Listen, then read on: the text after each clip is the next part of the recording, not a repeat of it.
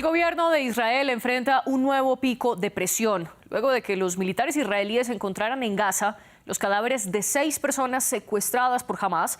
Las protestas en contra del primer ministro Benjamin Netanyahu se recrudecieron. El sindicato más grande del país, Histadrut, convocó a la primera huelga general que hay desde el ataque del 7 de octubre. Le exigen al premier que haga más por la liberación de los rehenes y por acordar un cese al fuego con el grupo islamista. Aunque un día después el Tribunal Laboral tumbó el paro, las críticas no cesaron. Y de hecho, Reino Unido suspendió 30 de las 350 licencias de exportación de armas hacia Israel. Y el presidente estadounidense Joe Biden respondió no, cuando los periodistas le preguntaron si creía que Netanyahu estaba haciendo lo suficiente para liberar a los rehenes que tiene Hamás. Jorge Hurtado nos amplía. Furia. Miles de manifestantes se congregaron en varias ciudades de Israel exigiendo al gobierno conseguir una tregua con Hamás para evitar la muerte de más rehenes. Muchos aquí vinieron por primera vez. Creo que después de lo que pasó ayer por la mañana, cuando nos enteramos de que habían regresado los 6 cuerpos, creo que todo el mundo siente que tiene que hacer algo. Por eso tanta gente salió y vino a decir que quieren que todos los secuestrados regresen a casa. La presión es cada vez mayor sobre el primer ministro Benjamin Netanyahu, quien prometió represalias contra Hamás sin dar detalles. Aseguró que el corredor de Filadelfia no será evacuado y pidió disculpas a las familias. Se lo dije a las familias y lo repito esta noche. Les pido perdón por no traerlos vivos. Estuvimos cerca, pero no lo conseguimos. En un comunicado, el grupo Hamás advirtió que los rehenes volverían en ataúdes si Israel intenta liberarlos mediante la presión militar. Las tensiones parecen agudizarse pese a los esfuerzos de Estados Unidos, Egipto y Qatar. ¿Por qué Netanyahu no está haciendo lo suficiente para ayudar a los rehenes? Seguimos negociando, no con él, sino con mis colegas de Qatar y Egipto. El gobierno de Netanyahu fue amenazado por el mayor sindicato israelí que anunció una huelga general, que terminó rápidamente. Un tribunal puso fin al paro al considerarlo político. Sin embargo, el esfuerzo logró cerrar durante al menos 8 horas bancos, fábricas y universidades, así como bloquear vuelos y transporte público. Este nuevo repunte de presión forzará a Netanyahu a pactar un cese al fuego con Hamás. ¿O la mejor alternativa para los rehenes que siguen vivos es continuar con los combates en Gaza? Ese es el debate de hoy. Desde Santiago de Chile nos acompañará en unos minutos Pablo Araya Zacarías. Él es abogado y miembro para Latinoamérica de la Comisión sobre Crímenes de Guerra de la Asamblea Palestina para la Liberación. Y en Jerusalén está Lior Lucas, especialista en seguridad y Medio Oriente, director además de Mokbet Bitayón. Gracias, Lior, por estar con nosotros y los invito antes a que nos sigan en las redes sociales, donde estamos como @France24_ES. Y mis cuentas personales son @MariaClaguirre. El debate también está en Apple Podcasts, Spotify, Deezer y TuneIn. Lior, bienvenido una vez más al debate. Comencemos por explicar un poco qué es lo que está ocurriendo en este momento en Israel con las manifestaciones para exigirle a Benjamin Netanyahu que haga más por liberar a los rehenes. Bueno, en realidad estamos todos en unos días muy tristes porque los rehenes han sido ejecutados de esta manera tan trágica. Hay sentimientos encontrados, muchos quieren, todos queremos los rehenes que regresen, muchos quieren que se acepte cualquier tipo de condición, obviamente los familiares mismos que no les interesa otra excusa y ni ninguna otra opción que no sea regresar a los rehenes a costo de lo que sea. Por otro lado, también están, y son muchos también los que están y entienden, inclusive familiares de rehenes, los cuales dicen que esto se continúe porque entienden que hay algo más, que entienden que hay una estrategia, porque entienden que si esto se detiene, si Israel se rinde ante las exigencias de una organización terrorista, esto va a significar también que el 7 de octubre se va a repetir, que esto va a ser un premio y un incentivo para las organizaciones terroristas como el Hamas y la Yihad Islámica y el Hezbollah para continuar haciendo este tipo de acciones de capturar y raptar civiles israelíes, soldados, civiles, niños, familias, no importa, y de esa manera canjear por las condiciones que ellos quieran imponer. Entonces, se entiende, es el dilema del tren y la palanca, en el cual si no tiras la palanca muere atropellado una persona, pero si tiras la palanca y desvías el tren mueren 4. O sea, las dos significan que van a ser opciones que conlleven algo trágico. Una en la parte estratégica y en la otra en la parte del el riesgo de no poder rescatar a todos los rehenes. Entonces hay presiones de ambos lados. Hay que entender que mucho también, y hay que decirlo esto, mucho de lo que se ve ahora en las noticias es muy político, porque son las mismas personas que se han visto en el 2023, las cuales supuestamente apoyaban también un cierto tipo de resistencia a la reforma judicial del 2023, y ahora aparecen las mismas caras, los mismos rostros, aprovechando la situación de los rehenes. Lamentablemente también hay que decir que es así. No hay cero críticas con los familiares en sí, pero lamentablemente también hay grupos, y se están destacando entre lo que no sale tanto en las noticias israelíes, pero está muy destacado en las redes sociales israelíes, es que muchos entienden que esto es muy político y está siendo muy politicado, y hay cierta frustración de que se están utilizando a los familiares de los rehenes, de los secuestrados en Gaza, para estos fines. Pero lo que sí nos une, lamentablemente, es ese dolor de ver tantos días de gente de rehenes que todavía no han sido liberados y otros que están volviendo en cajones.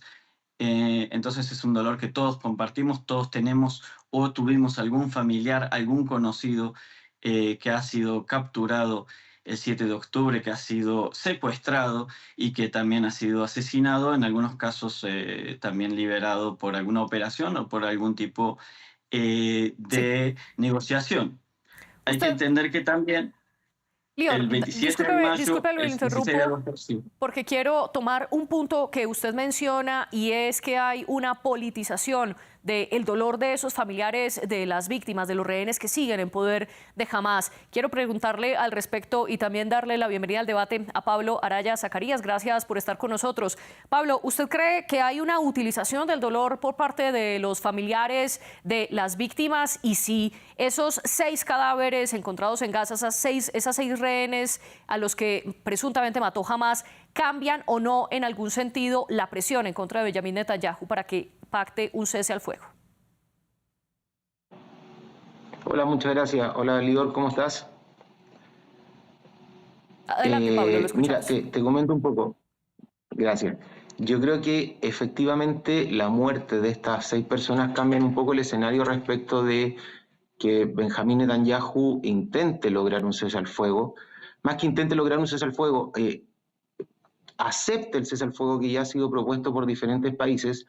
Es más, estas mismas personas que fueron encontradas muertas lamentablemente, y como bien dices tú, presuntamente fueron asesinadas por Hamás, eran parte del intercambio que se estaba proponiendo para efectos de poder lograr un cese al fuego. Hoy día las únicas personas que están, los únicos que están oponiéndose a un cese al fuego es lamentablemente Benjamín Netanyahu y su gabinete. Hemos visto las últimas 48 horas unas masivas protestas en Israel, sobre todo en Tel Aviv, de gente que no quiere que quiere un cese al fuego, que quieren que esta guerra termine, que más que esta guerra, este genocidio que está realizándose sobre el pueblo palestino, quieren que se detenga, quieren que termine y quieren que se acabe, sobre todo para que vuelvan las personas que se encuentran en la franja de Gaza a reencontrarse con sus familiares, y también porque no están de acuerdo con la manera de actuar, en mi opinión, que está teniendo el gobierno al estar cometiendo diferentes crímenes de guerra, y afortunadamente es el pueblo de Israel, es el que está dándole razón a todo el derecho internacional y a toda la comunidad internacional.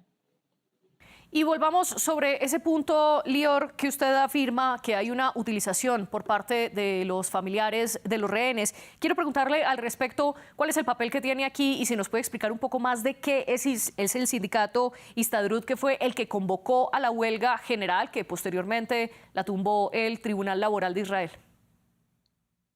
A ver, primero principal, disculpen, pero yo tengo que aclarar dos cosas que se están diciendo acá y son incorrectas. Empezando que no es un presunto, no los mataron presuntamente el Hamas mismo dijo que los mataron, las pruebas forenses lo prueban, eso es algo innegable y eso no es una presunto, es así.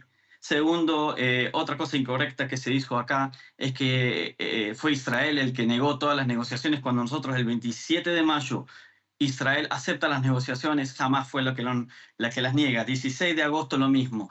De hecho, desde septiembre Israel aceptó todas las negociaciones y fue jamás las que negó todas porque quería todo o nada, no quería nada por la mitad. Entonces, esos son los hechos, los factos, pueden buscar las historias. Segundo, no hay ningún genocidio ni nada por el estilo. De hecho, también se están vacunando ahora mismo en lugares humanitarios con la ayuda del ejército israelí y también la UNICEF contra el polio a niños dentro de Gaza. Ningún ejército que hace genocidio hace cosas por el estilo y de hecho se sabe que las familias vivas, los niños de las familias vivas no están siendo justamente recibidos por la Cruz Roja ni por ninguna entidad. Entonces si alguien está haciendo genocidio es justamente Hamas. Ahora, sobre lo que es el sindicato es el gremio de los trabajadores que supuestamente tiene que encargarse del bienestar de los gremios de los trabajadores y en vez de cumplir esa función, también el año pasado, en el 2023, hizo exactamente lo mismo, se metió en este tipo de cosas, de hecho paró el aeropuerto de Ben Gurión, hubo también un paro de actividades en el aeropuerto de Ben Gurión por supuestamente apoyar la reforma, los que estaban en contra de la reforma judicial, algo que es una acción totalmente política también en ese entonces, también lo es ahora.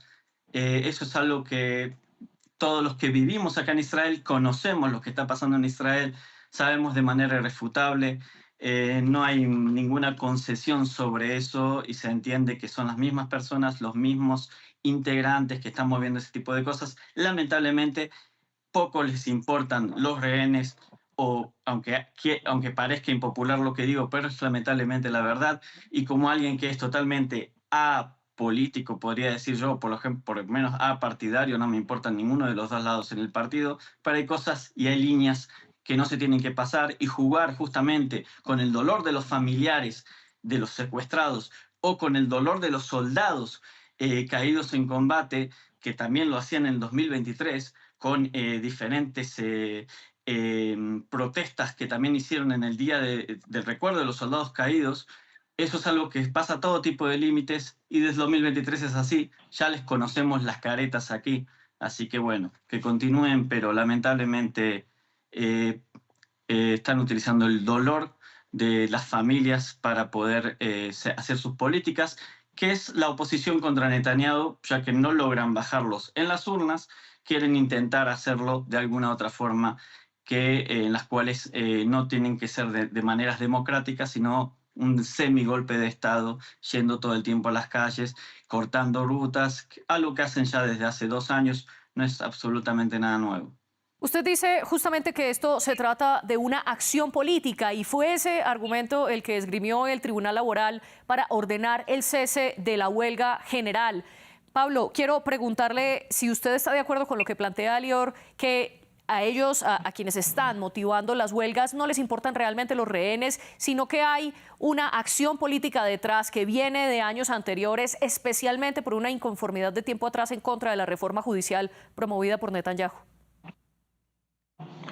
O sea, yo lamentablemente de la política interna israelí no conozco mucho, pero el hecho de que participen familiares de las mismas víctimas, el hecho de que los mismos familiares no hayan querido recibir, no todos los familiares, pero sí una parte de los familiares no quisieron recibir ningún saludo de Netanyahu ni de su gabinete, me parece que hablar de una utilización política es un poco frívolo y un poco avesado de parte de Lior, sobre todo porque es la misma gente que se ha visto afectada, es la que participa en estas manifestaciones. Y lo que quiere la gente, de lo que se puede ver en todos lados, es que exista un cese al fuego para que sus propios rehenes puedan volver a sus casas y además, y solo para corregir, Lior, no soy yo el que dice que hay genocidio, es la comunidad internacional y lo han dicho 2 cortes internacionales. Puede ser que todo el mundo esté equivocado y no Israel, pero afortunadamente existen en Tel Aviv gente que sí tiene conciencia de humanidad, gente que sí quiere volver a tener a sus familiares y entienden que seguir con esta guerra, seguir con este genocidio, no ayuda en eso, ni tampoco ayuda en el hipotético que se busque detener a Hamas haciendo lo que están haciendo. Finalmente, los únicos que están resultando heridos, los que están resultando muertos, son sus propios rehenes, y es gente que no participa en las guerras, como lo hemos visto con la cantidad de niños y con la cantidad de personas, de mujeres que no participan en ninguna guerra y que han resultado muertos en este genocidio. Pablo, aquí una corrección. Ningún tribunal internacional hasta el momento ha determinado que existe un genocidio en la Franja de Gaza. Lo que está ocurriendo en este momento es que la Corte Internacional de Justicia, el máximo órgano judicial de la ONU, está estudiando precisamente un proceso que presentó Sudáfrica para que sea ese tribunal el que determine si hay o no un genocidio. Aunque emitió unas medidas preventivas para evitar que se cometa un genocidio, el tribunal todavía sigue estudiando si se puede hablar o no de genocidio. Los invito entonces a que no nos concentremos en esto, ya que no es el tema del debate por ahora. El debate de France 24 ya ha cubierto el tema de si hay o no un genocidio y de la decisión que estudia la Corte Internacional de Justicia. Pablo, pero volviendo al tema que nos planteamos ahora, usted dice que Israel es el que ha frenado la posibilidad de un cese al fuego. Sin embargo, en la más reciente rueda de negociaciones que se realizó en El Cairo, Hamás no asistió y Hamás no ha aceptado tampoco el borrador que está promoviendo Estados Unidos. ¿No es Hamás el que está frenando la posibilidad de un cese al fuego en ese sentido, Pablo? O sea, en mi opinión, y esto es lamentable, porque tanto como Hamas como Israel se echan la culpa recíprocamente respecto a el no llegar a un acuerdo en negociaciones, pero como hemos podido ver, es Israel quien continuamente cambia las condiciones. Y uno de los grandes peros que existe hoy día es que el corredor Filadelfia, que opera entre Gaza y Egipto, que Israel quiere seguir teniendo el control, pero resulta absurdo porque finalmente seguirían estando en territorios palestinos ocupados, algo que sí la Corte Internacional de Justicia, y la ONU también lo ha dicho, que es ilegal. Y acepto tu corrección y te pido mil disculpas por haber adelantado un fallo que espero que pronto sea así, y claramente sí, están en una investigación y están haciendo los levantamientos respecto del tema. Lior, Pablo mencionó un tema que es fundamental y es el corredor Filadelfia. En la rueda de prensa que dio el primer ministro israelí para pedir perdón precisamente por no hacer lo suficiente para rescatar con vida a esos 6 rehenes que fueron asesinados en Gaza, él también afirmó que Israel seguirá en el corredor Filadelfia una vez acabe la guerra, que es una postura que rechaza tanto Hamás como Egipto. En este sentido, Lior, ¿se puede decir que es Israel el que está torpedeando la posibilidad de una tregua, manteniendo en firme unas posturas con las que otros negociadores no están de acuerdo? A ver, el corredor Filadelfia se ha utilizado por decenas de años para traspasar, para ingresar todo el armamento que hoy mismo Hamás ha tenido para generar toda esta guerra de decenas de años también, que no empezó el 7 de octubre, que empieza desde el año 2006, en el cual Hamás toma el poder, el Hamastán, dentro de la Franja de Gaza, y con la complicidad de Egipto justamente, porque la vista gorda de Egipto ha pasado miles y miles de toneladas de armamento justamente por ese eje, por túneles subterráneos que tienen tantos, algunos de ellos son tan grandes que pueden pasar hasta camiones dentro de estos lugares, por lo cual es menester para Israel, es obligatorio estratégicamente para Israel, para evitar un 7 de octubre que se repita, que es uno de los objetivos por los cuales empezó justamente esta operación en Gaza, evitar que estos tipos de cosas pasen. Lamentablemente, todos estos años, estas decenas de años que Hamás ha estado en el gobierno en la Franja de Gaza, en vez de generar una mejor calidad de vida para sus ciudadanos palestinos en ese lugar, lo ha hecho solamente para armarse más y más, manteniendo una ciudad subterránea, gastando millones de dólares en ese tipo de cosas para cubrir no justamente sus civiles, le importan muy poco sus civiles, más que nada para cubrir a sus líderes, a sus tropas y a sus almacenes, utilizando todo este tipo de cosas justamente mantener el eje de Filadelfia, mantener este límite controlado por fuerzas israelíes, por tecnologías en las cuales se descubren cualquier tipo de túneles subterráneos, es obligatorio si queremos evitar un nuevo 7 de octubre. No hay otra opción. Cualquier tipo de salida de ese lugar, rendición, y obviamente que Egipto quiere que Israel salga de ahí, porque Egipto tiene mucha presión por parte de su ciudadanía, de los ciudadanos egipcios, que no quieren ver a Egipto como alguien que está apoyando a Israel. Entonces también se ven obligados a declarar en contra de Israel, diciendo que Israel se vaya de ese lugar, que ellos no apoyan que el ejército israelí esté en ese lugar. Pero al respecto, usted explica un poco, en este caso concreto, la postura de Israel frente al corredor Filadelfia, y también antes ha hablado por qué es necesaria ese combate en la Franja de Gaza. Pero al respecto quiero preguntarle, Lior, cómo entender entonces las posturas que han tomado recientemente Reino Unido, uno, al suspender algunas de las licencias de exportación de armas hacia Israel, y aquí simplemente con una claridad, y es que las exportaciones británicas hacia Israel de armamento representan menos del 1% de las armas que recibe Israel. Entonces no es una acción que pueda tener demasiadas consecuencias, por lo menos desde lo militar. Pero ¿cómo entender, uno, esa decisión de Reino Unido, y dos, el hecho de que el mismo Biden haya dicho que Netanyahu no está haciendo lo suficiente? ¿Se retiran un poco los aliados históricos de Israel, Lior? No, estamos hablando de intereses geopolíticos de cada nación. Ninguna nación quiere que esto se prolongue, Israel tampoco, pero Israel también es la que está sufriendo estos tipos de ataques en 7 frentes distintos. Pero ninguna de las naciones de la OTAN quieren que esto se transforme en un conflicto regional. Biden tiene elecciones ahora, por más que él no se presenta, tiene sus candidatos.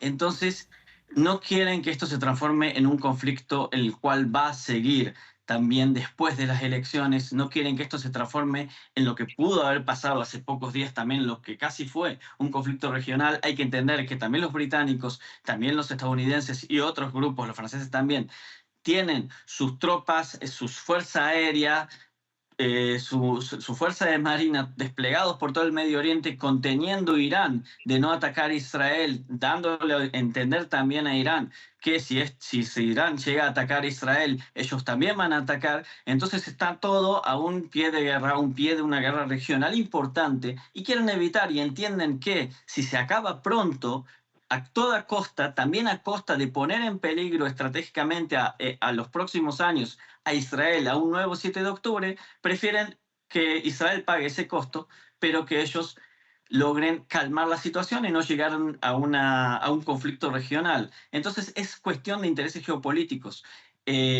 No es cuestión de estar en contra de Israel o a favor de Israel, sino fijarse, yo prefiero presionar a Israel porque es mi interés como país, no porque estoy en contra de Israel. ¿Usted lo lee entonces como intereses geopolíticos para evitar que escale la guerra en Medio Oriente, y también como intereses de la política nacional de cada uno de esos países? Pablo, ¿usted cómo interpreta esta decisión de Reino Unido y las palabras de Biden?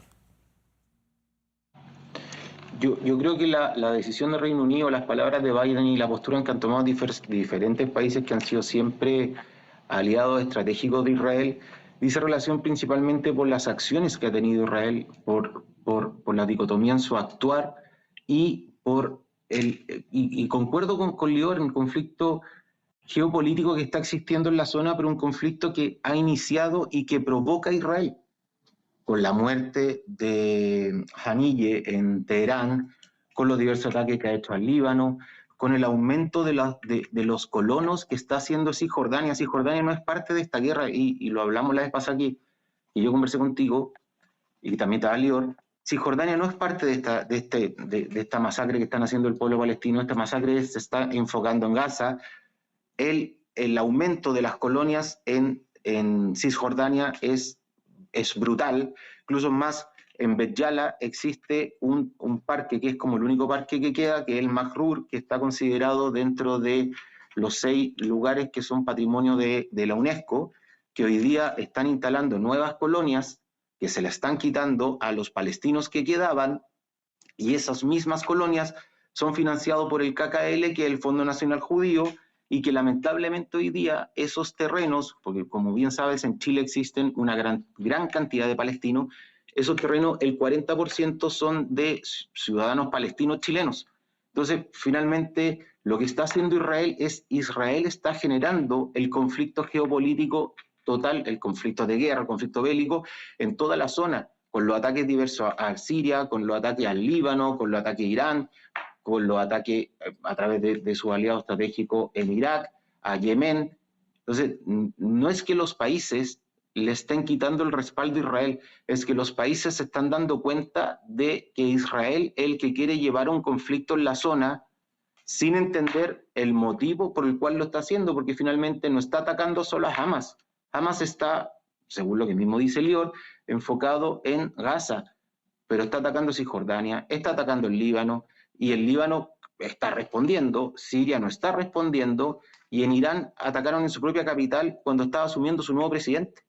Entonces, resulta bastante lógico que países occidentales, países que creen en una democracia y que no creen en conflictos bélicos que hayan sido solamente para efectos de recuperar territorio o para efectos de quitar territorios, como es en este caso, y aniquilar un pueblo, estén intentando desmarcarse de este, en mi opinión, genocidio.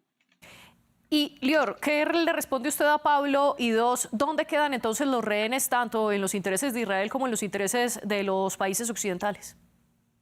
Bueno, la cantidad de cosas inexactas no logré escribir todas porque son demasiadas. Primero y principal, Judea y Samaria, como él lo llama, Cisjordania, está muy conectada con el terrorismo. Todo lo que es Hamas, la Yihad Islámica y el Fatah están funcionando aquí. De hecho, este último fin de semana hubo 2 ataques con coches bomba. Uno de esos fue en la intersección Gush Etzion. El otro fue en otro de los lugares cerca del sur de Gush Etzion, Carmet Sur, en el cual un coche bomba ingresó e intentó explotarse adentro, pero la seguridad lo logró detener. Yo estuve en esos 2 mismos lugares a propósito, los vi por mis propios ojos. Segundo, un ataque a tiros en el lugar llamado Tarkumía. Sí. En ese lugar mueren 3 policías. El asesino, el terrorista, era un ex guardia presidencial de Abu Mazen mismo. Y otros atentados terroristas, un coche bomba cerca de Atarot, cerca de Jerusalén, el cual el objetivo era que explote en un autobús de niños, justamente, un autobús escolar, aprovechando el regreso de las escuelas en Israel. Entonces, eso es por una parte. Judea y Samaria está totalmente incluida.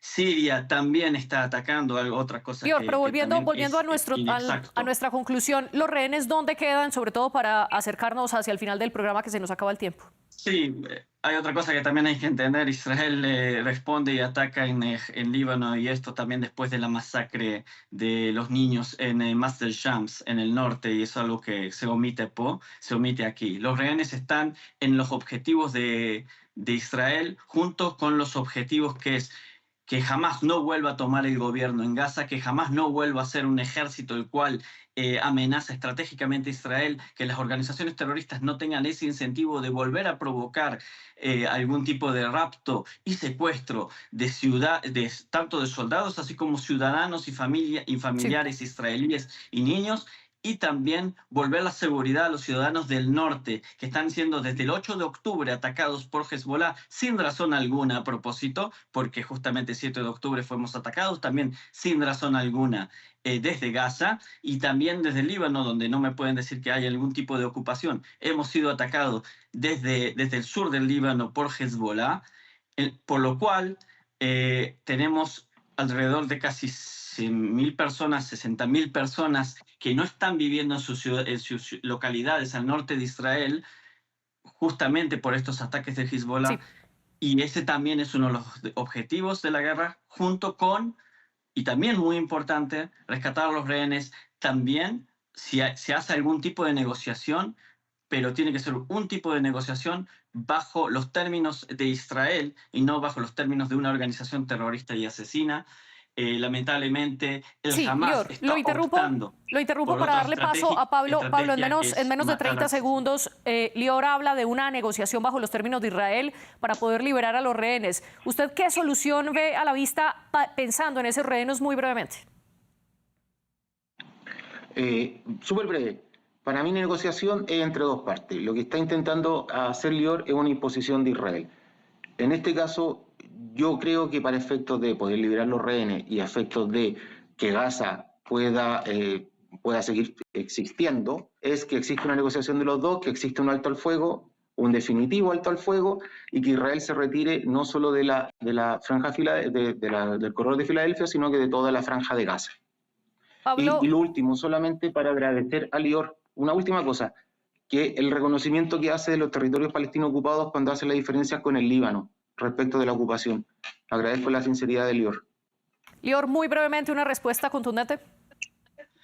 Yo dije que no existe ningún tipo de excusa política, no reconoce absolutamente más nada sobre eso. Segundo, el 6 de octubre del 2023 también había un cese al fuego. Y el que lo violó fue Hezbollah, y fue Hamas, y fue el Fatah. Y lo que están violando desde antes del 7 de octubre del 2023, con atentados casi todos los días, también en Judea y Samaria, asesinando civiles, también es Hamas, Fatah y Hezbollah. Entonces, basta de hipocresía. Lior, Lucas y Pablo Araya, les agradezco por estar aquí en el debate de France 24. Lastimosamente nos quedamos sin tiempo, pero a nuestra audiencia la invito a que siga conectado con nosotros.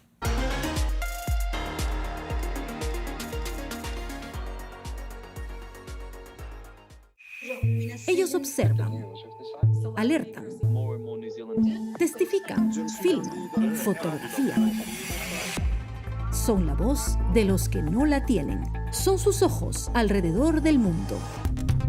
Los Observadores, una red de 5.000 ciudadanos comprometidos junto con France 24. Imágenes y testimonios de aficionados verificados por nuestros periodistas, transmitidos cada semana.